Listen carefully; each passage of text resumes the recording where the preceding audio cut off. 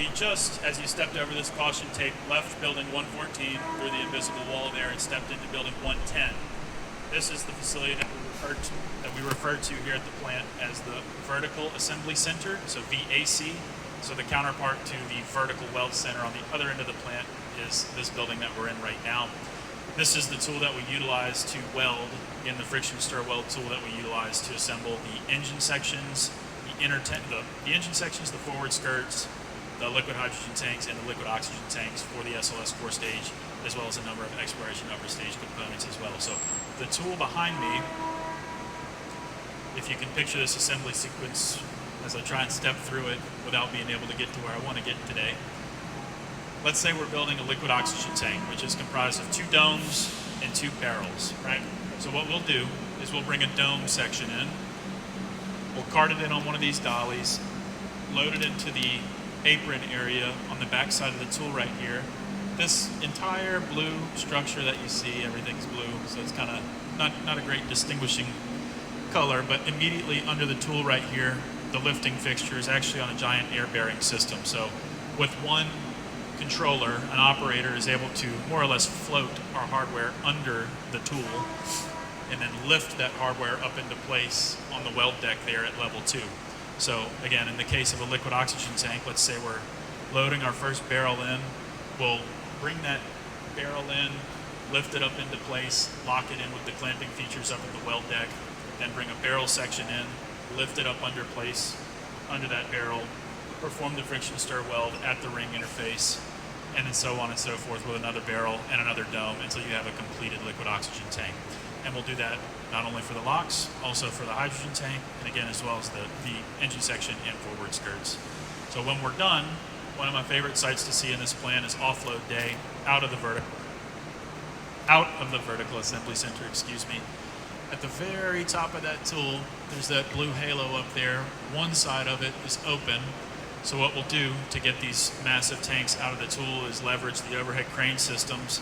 We'll attach a lead crane to the top of one piece of to the top of the tank, bring it out through that opening in the VAC, over our heads into this aisle area, and then place it into the furthest integration cell up there on your right. That's cell A, where we'll do a lot of vertical integration and checkout activities prior to offload, horizontal breakover, and then moving around the plant to get thermal protection systems applied to it, sensor work, cleaning, whatever the next task may be. So barrels and tanks are made here behind me. We also have a number of different operations going on in this building. It's more or less a Swiss Army knife here at the plant.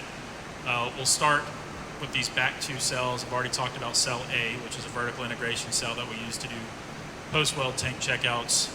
Across the street from that one is cell D. You can't get a great look at it today because of the ongoing overhead lift ops, but that is where we do the forward join. So the liquid oxygen tank, inner tank, and forward skirt all get loaded into that tool and joined as one assembly to give us one piece of the final assembly elements to get out of the door here at the plant. Just here closer to us with the opening and some of the green light kind of peeking through it is cell E. That is our internal wash cell, so all of our cryogenic tanks get loaded into that cell.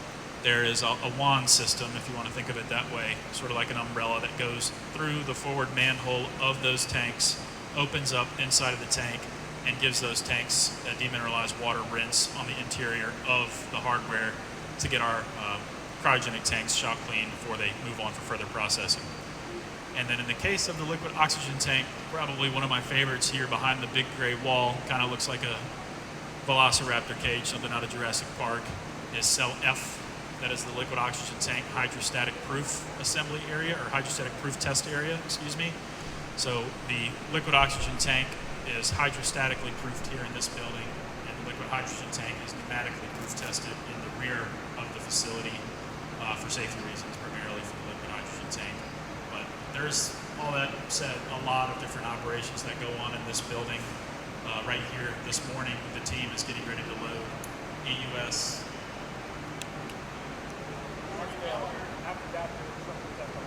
All right, this is a big one. Aft adapter structural test particle. It's a lot of hardware moving around here on any given day.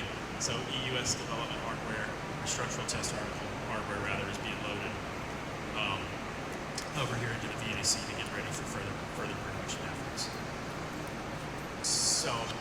Do we have any kind of general questions about the facility? If you ask how high things are, I don't know. It goes about 200 feet. 200 or so feet.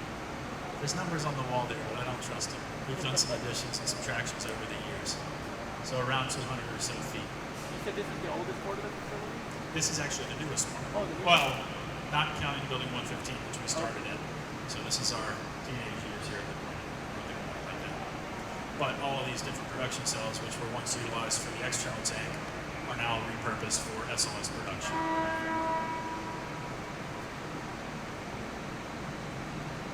All right. Easy enough. Any of the Boeing folks have anything to add? Do you have anything to add, Drew? Yeah, probably just to help you orient yourself a little bit. So Chandler mentioned the forward join. So if you look at the images here, right, the way the forward join is done, you have an intertank, right? That's that kind of voltage structure that we talked about.